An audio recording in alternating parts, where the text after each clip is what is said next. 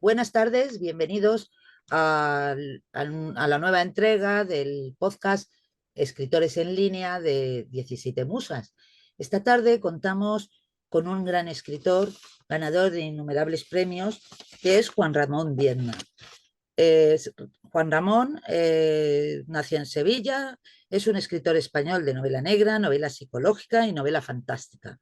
Juan Ramón Viedma estudió Derecho en la Universidad de Sevilla, aunque no llegó a licenciarse. No quería ser abogado y su carrera se encaminó hacia la gestión de emergencias, actividad que ha compartido con la de locutor radiofónico, editor de libros, guionista y crítico cinematográfico. Buenas tardes, Juan Ramón. Encantados en 17 Musas de que estés aquí con nosotros en nuestro podcast. Eh, Feliz de estar contigo aquí en tu blog y en tu podcast. Y bueno, después de innumerables dificultades técnicas que sí, hemos hemos sufrido. arrostrado Sí. con toda energía, hemos logrado superarlas todas y aquí estamos por fin reunidos. Sí, efectivamente, estamos aquí reunidos y estamos para hablar de tu última novela, Crisanta.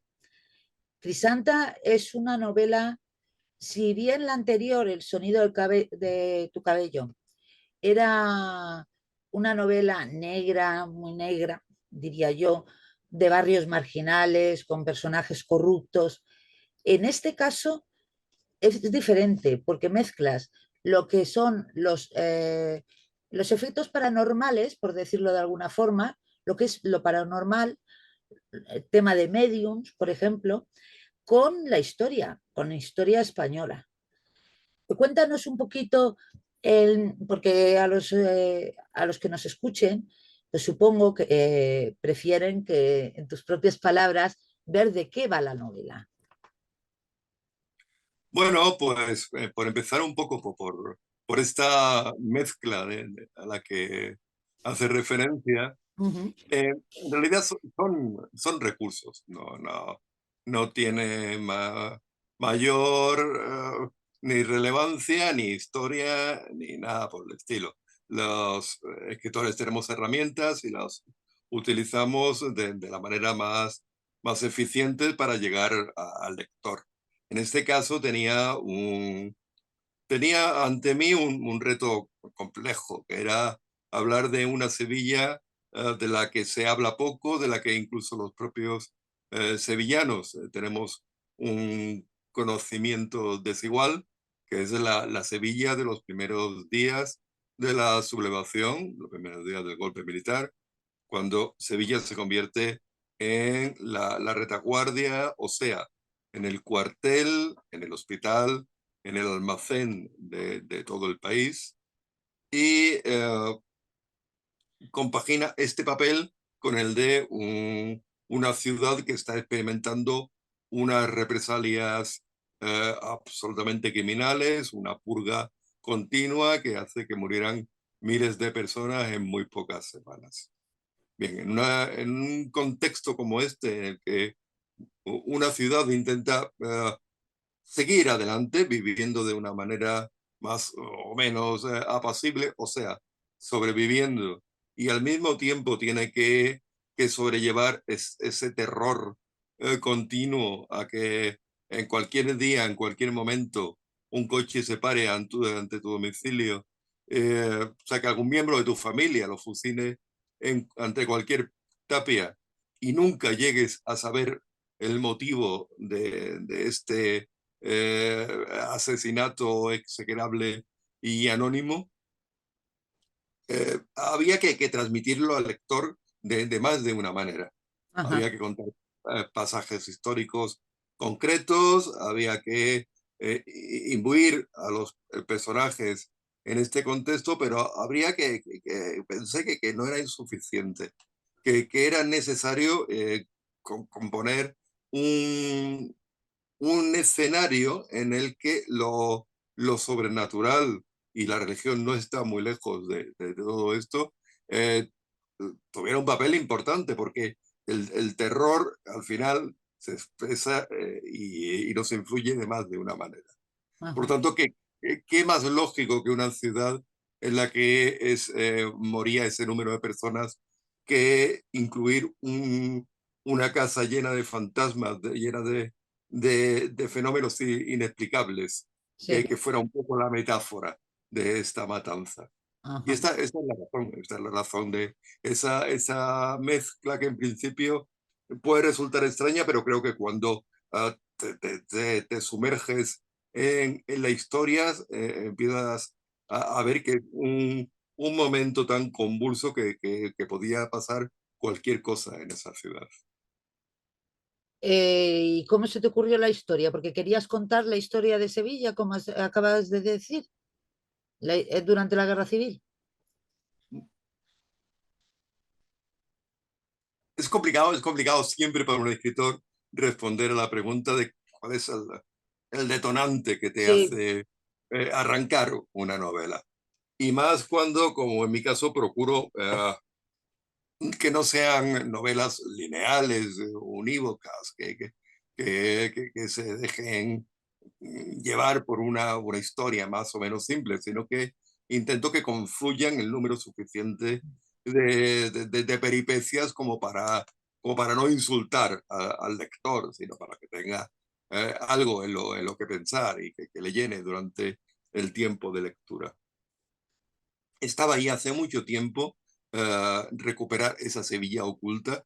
Es curioso que pasemos por la ciudad, que yo siga paseando en este momento con amigos, con gente de aquí, y les vaya desvelando lo que ocurría en 1936, en estos primeros meses en la ciudad, y que gente que ha nacido aquí, que lleva toda la vida viviendo aquí, mm, esos sean lugares absolutamente misteriosos, secretos, eh, sumergidos en un pasado que ha intentado de forma bastante interesada, diría, borrar esa memoria. Entonces era una especie de asignatura pendiente la que tenía la de ahí para situar en el fondo de una novela. Pero una vez que tienes el fondo, aún no tienes nada. sí, Tienes que claro. notarlo de personajes, tienes que notarlo de historia. Eh, eh, Hay constantes en mis novelas que terminan apareciendo de una manera u otra.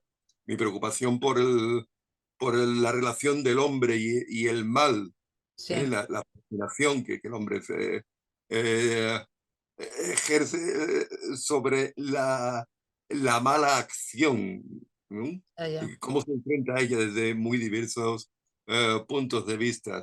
El destino, por ejemplo, el destino que está detrás de Crisanta. Hablamos tú y yo a micrófono cerrado Sí, de la suerte eh, implacable que sí, persigue a Crisanta. Crisanta, para quien no haya leído la novela, quizás deberíamos hablar un poco, es sí, una marchante de arte, alguien que se dedica al contrabando en esta época, una época en la que brigadas de carroñeros perseguían a las fuerzas combatientes y cuando pasaban por la ciudad, pues arrasaban con cualquier resto artístico, cualquier cosa que cualquier tuviera cosa de el más valor. mínimo de valor para después efectivamente comerciar con ello. Y bueno, esa labor de carroñera necesitaba alguien que después comercializara esos objetos y de eso se encargaba Crisanta. Hasta que recibe el encargo de conseguir un tríptico Ya ves. atribuido Ujú. al, al pintor Van Eyck, y para conseguirlo debe introducirse en las fauces del lobo y, y convivir con el enemigo, poniendo en peligro su vida. Bien, Ujú. esto es el arranque de la novela, esto es lo que es uno de los Tiene la vehículos contraportada, sí, que nos va llevando por la ciudad del momento, y le pasan mil cosas y a su vez tienen muchas derivaciones porque son puertas abiertas a la historia del momento, pero la persigue una suerte, la persigue sí, una sí. suerte una suerte terrible, que es algo un poco que está en todas mis novelas, ¿no? Ajá. Yo escribí una novela que se titulaba El imán y la brújula, Sí. cuyo título aludía a una especie de fuerza desconocida, que yo ni siquiera intento desconocer, ni interpretar, Ujú. que está encima de nosotros y que manipula la brújula que Que no- usamos para ver nuestro destino Ujú, y nos lleva a lugares y a consecuencias que nunca hemos podido planear, ujú. ¿no? Pues esta fuerza es la que mueve también a Grisanta y mueve a mis personajes. Sí. Ese tipo de constantes suelen aparecer siempre en mis novelas yo procuro que lo hagan a través de historias y de personajes y de confluencias distintos en cada ocasión. Otra cosa que me ha gustado de tu novela es los personajes que has creado, porque son muy complejos todos.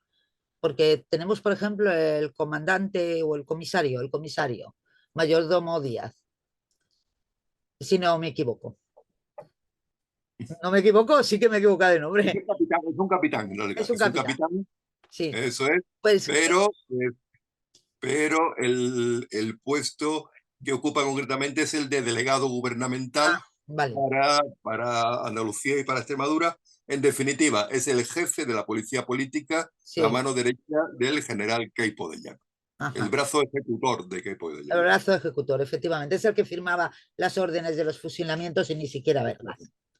Entonces, como te digo, ese es un personaje muy complejo, porque vemos cómo evoluciona a lo largo de toda la novela. No deja de ser malvado, lo sabemos desde el principio, que no es buena gente para nada, pero sin embargo crea, crea un vínculo con Crisanta, a pesar de todo lo malo que es, que ha sido con ella en concreto.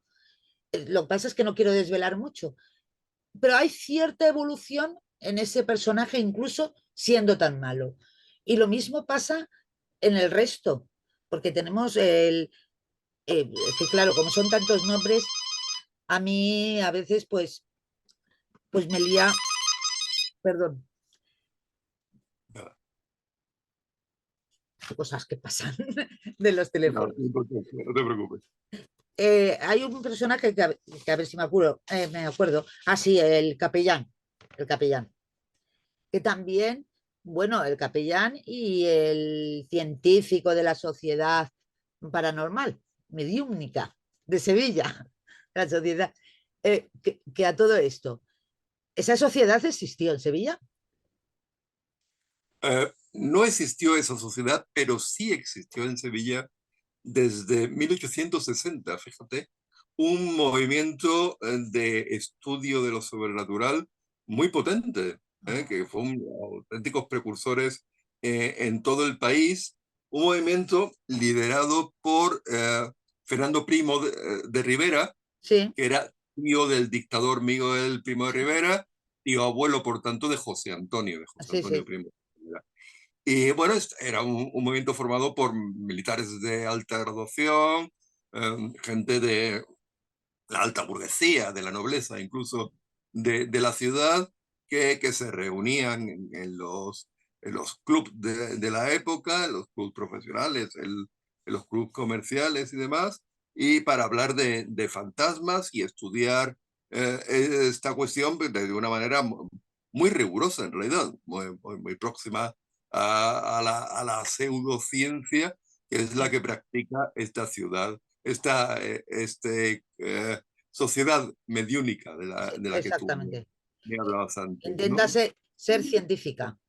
Eso después de un poco al hambre de conocimiento Sí, que había en todo el mundo a finales del siglo XIX en todos los temas, ¿no? sí, sí. Entonces, la sociedad en sí como tal no existe, pero está hecha según el modelo de otras sociedades Mm, que yo no sabía y que me he ido encontrando que proliferaron mucho en mi ciudad.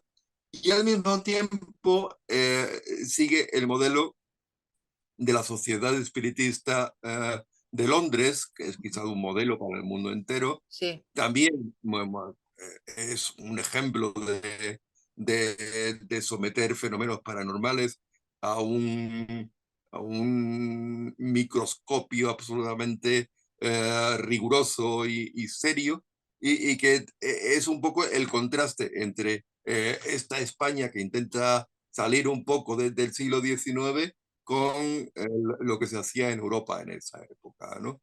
Tiene esa intención y además, pues bueno, pues es el vehículo a través del cual estudiamos esta casa en la que suceden hechos inexplicables. ¿Y esa casa existe? ¿Hay una casa que Bueno, pueda hay una ser? casa, ¿Hay una casa que tiene fantasmas?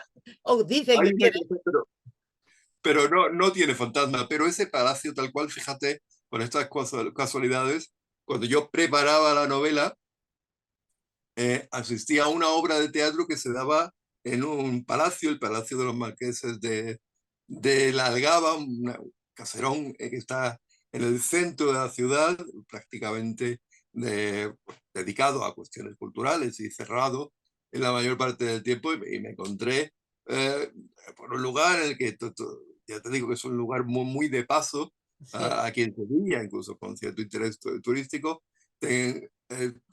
Hay una puerta completamente anónima y anodina, y entrando allí te encuentras pues un caserón absolutamente misterioso con un escenario en medio del patio, y entonces encajaba perfectamente en las características de la casa del mal muerto que sí. yo terminé llamando en mi novela.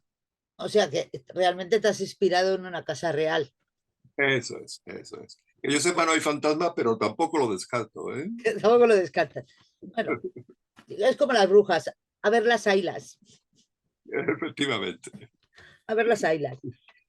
Eh, lo de... Me ha gustado mucho el tema de la introducción de elementos cinematográficos, como puede ser el MacGuffin. Sí, bueno, ya sabes que el cine me interesa mucho, escribo sobre el cine A y, mí también, por eso sé estas cosas. bueno, pues, querida. Entonces, bueno, en realidad, sí, yo creo que en casi todas las buenas novelas hay un MacGuffin, en realidad. Porque en realidad lo que mueve Lo que a mueve los la trama. personajes es un poco irrelevante, ¿no? Sí, Porque son los personajes en sí los verdaderos protagonistas. Antes, exacto. y respondo un poco a la pregunta de antes que se nos quedó un poco en el aire acerca me hablabas de la complejidad de los Los personajes. ¿Te personajes. acuerdas? Bueno, pues en realidad los personajes lo son todo, ¿no? Hay que empezar quizás por el origen, teniendo en cuenta que estamos en una novela que transcurre en los primeros meses de 1936 y que ni la gente habla como hablamos ahora, Sí, ni se comporta como nos comportamos nosotros. Por lo tanto, lo primero que hay que hacer, además, en una situación compleja, cada vez, yo he escrito ya varias novelas que transcurren en los años 20, esta en los años 30, y es compleja porque ni está tan distante en el tiempo que uno solamente lo conozca por los textos escritos y por hemeroteca, ni está tan cerca como para ah, haberla haber visto. participado de ella, ¿no? En- pero sí, todavía hemos conocido a gente de nuestra generación y Sí, convivido incluso a personas que vivían en esa época. en los años 30 de Sí, nuestro país. La novela histórica, la novela guerra civilista actual, la estamos escribiendo los nietos de los que hicieron la guerra, ¿no? así es. Entonces, la, la primera operación era un estudio de la manera en que hablaba la gente en esta época y concretamente aquí en el sur. Entonces, sin,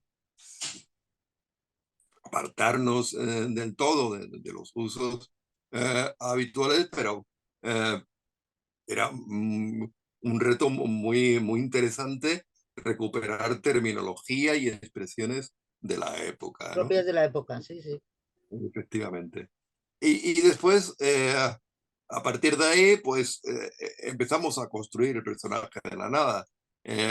A mí me interesan y y determinan muchísimo mis obras las contradicciones, Ajá. ¿no? Entonces, eh, el capellán, por ejemplo, el capellán es un cura, pero es un cura sui generis porque es un cura que ha estado en la Legión, con lo Sí, cual, como él mismo reconoce, es en su vida diaria es casi más legionario que qué cura, sacerdote, ¿no? Y exactamente. además es un tipo de un cinismo tal que era que sería la clase de cura que yo quisiera tener como amigo para irme a tomar un café con él y para hablar de todas las cuestiones con las que no puedo hablar con ninguno de los curas que he conocido en toda mi vida, ¿no? Ya. Que dice que él aplica el procedimiento en su vida habitual y las creencias las deja aparte, que esa es otra cuestión, ¿no? O sea, como una autoironía que a mí me resulta un poco muy interesante, ¿no? De tratar y de explorar en el personaje. Por otra parte, además, este personaje está muy tocado por el cafar. Ujú. Cafar.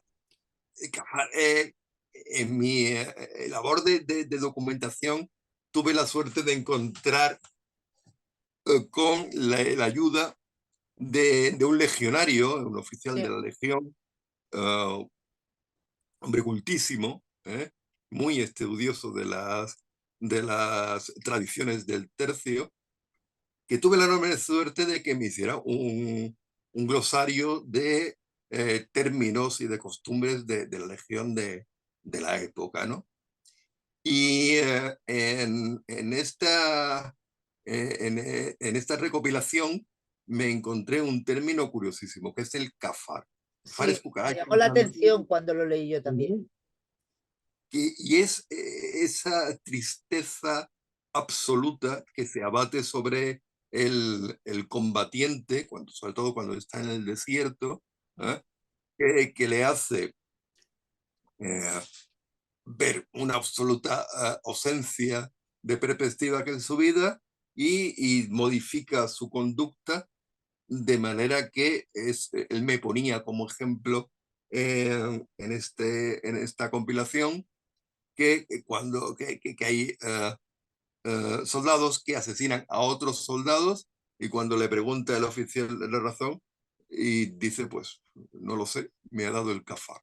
Cafar, y entonces no era yo el que lo hacía, ¿no? Pues este cafar que determina a partir de ahí ya la conducta del soldado es el que marca de alguna manera el, el comportamiento del padre cerrador, que es este personaje de mi Sí, novela, que además, como sabes, está absolutamente tocado por una historia romántica sí, sí, sí. que tuvo en su momento y que de alguna manera sigue pesando y marcando cada uno de sus actos. Procuro que los personajes tengan esa clase de contradicciones que sean lo bastante potentes como para que por sí mismos puedan cargarse la historia a las espaldas y tirar de ella hacia adelante. Y una pregunta que suelo hacer, y en tu caso creo que será la respuesta, es que esta novela ha tenido que ser muy planificada. Es decir, nada de escribir en plan brújula ni nada de eso. Todo esquematizada porque hay muchos datos a tener en cuenta, aunque a veces te dejes llevar por los personajes y esas cosas. Yo planifico siempre. Yo doy clases de literatura creativa. Mis alumnos saben perfectamente que es mi método y es el método que enseño. Y lo hago de una forma tan, digamos, apasionada que no quiero saber de otra manera de escribir que no sea esa. Planifico para hacer un poema, planifico para hacer un artículo y por lo tanto imagínate para hacer una novela Una novela. histórica. Ujú. Y Planifico además, porque creo que esa síntesis previa que yo realizo de la historia, que es, pues, es sencilla, casi la novela, porque es toda la historia completamente pormenorizada, eh, en sus menores detalles, es la parte más creativa en la que soy más libre, en la que puedo y crear todo lo nuevo que va a aparecer ahí, y es la parte en la que soy más exigente conmigo mismo y tengo un control absoluto. Siempre, por supuesto, dejando trampillas de seguridad abiertas por si veo que, que, que, que la historia me lleva hacia algún camino nuevo, alguna derivación nueva que yo no haya sabido ver en esta primera planificación, pues por supuesto, pues incluirlo. modificarla en cualquier momento. Pero sí, yo te digo, pues soy un gran fanático de esta labor de preparación previa. Sí, Sí, desde luego en una novela que tiene tantos elementos distintos, como hemos comentado. Yo no creo que se pudiera hacer una novela en plan brújula, con elementos históricos, con elementos de fantasía, novela negra, porque además es una novela totalmente híbrida, según yo opino, vamos. Según yo, es una novela híbrida porque tiene elementos de varios géneros. Y, y para eso yo creo que tiene que estar todo muy estructurado desde el principio. Esa es mi opinión. Solo quería corroborar que efectivamente tú también trabajabas así. ¿Y nos puedes contar en qué estás trabajando ahora? ¿O es muy sí, prematuro? no, por ser, contigo no hay nada prematuro. Cualquier cosa que me pidas, ya sabes que soy incapaz de negarme. Pues, mira, sin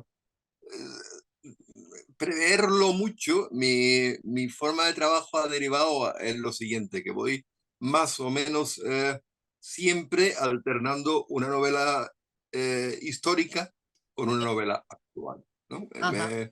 Me permite, por una parte, bueno, yo creo que estoy muy obligado a mantener un cierto compromiso con la sociedad con la que vivo, y hay problemas que quiero ir incluyendo en mi obra a lo largo de los años, y hay momentos y hay un pulso social que no quiero perder, y que me apetece mucho contar lo que está pasando, pero una vez que lo hago, pues siempre siento nostalgia de esos otros momentos históricos que me permiten, pues de alguna manera cambiar de escenario y tener un soplo de libertad, un punto de excentricidad, incluso con los personajes y con las Eso está bien. situaciones que incluyo, ¿no? Yo de todas Y formas entonces, creo que en esta histórica también tienes un punto de eso, porque sí, sí, algún yo creo personaje es que excéntrico.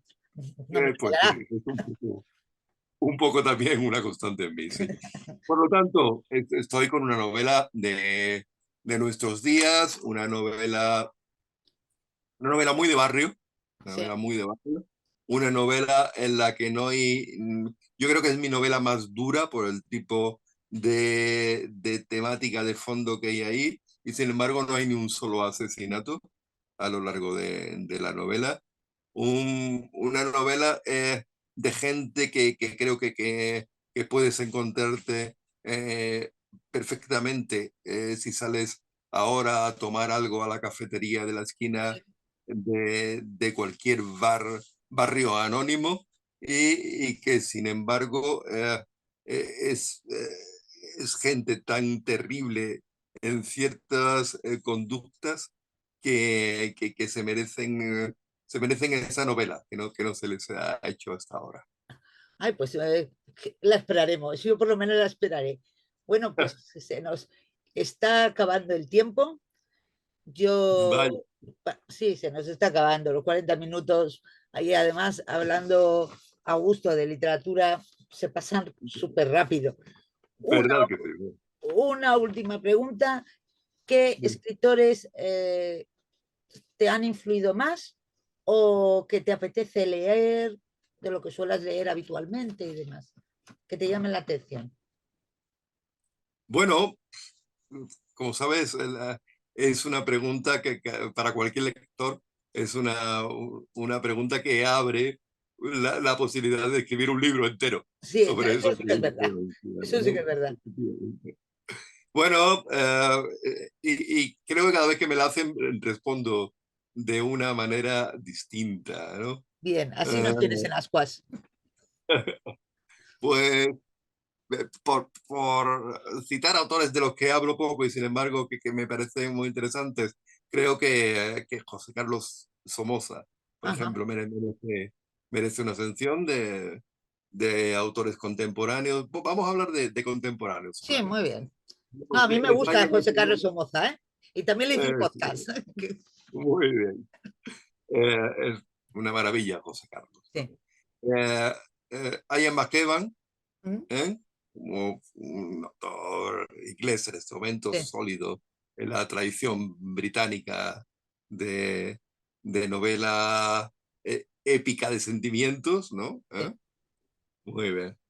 Y quizá John Connolly, John Connolly, Sí, sí, el sí, primer sí. John Connolly. No el actual que me está dejando de interesar mucho, pero el primero ha dotado a la novela negra de una, de una profundidad y una diversidad que había hecho muy poca gente. Había hecho muy poca. Lo dejamos ahí, lo dejamos en esos tres, Sí, por perfecto. tener también tres contemporáneos. Genial. Pues muchísimas gracias por haber participado en nuestro podcast. Espero que para la próxima también te prestes a participar en la próxima Siempre que novela. quieras, por supuesto. Y nada, insisto, muchísimas gracias y sigue escribiendo, que vamos, aquí tienes una lectora que ya está esperando lo siguiente, que lo sepas, y terminaré de leer las que tengo pendientes tuyas, que todavía no, la de Lluvia en la mazmorra y la de 1896, ¿puede ser? 91, 91, 91, eso es. 1891, que me la dejé a medias, porque tenía que leer obligatoriamente otra cosa. Pero bueno, Muy bien. la retomaré porque estaba muy interesante. Así que, lo dicho, nos vemos próximamente. Gracias a ti, Sandra. Ha sido un verdadero placer, ya te digo. Gracias y gracias dobles porque nos ha costado por Sí, cuestiones técnicas pero contactar, lo hemos conseguido. por una constancia inasequible al desaliento Sí, y por estar ahí y por todas tus atenciones. Muchísimas gracias. de nada.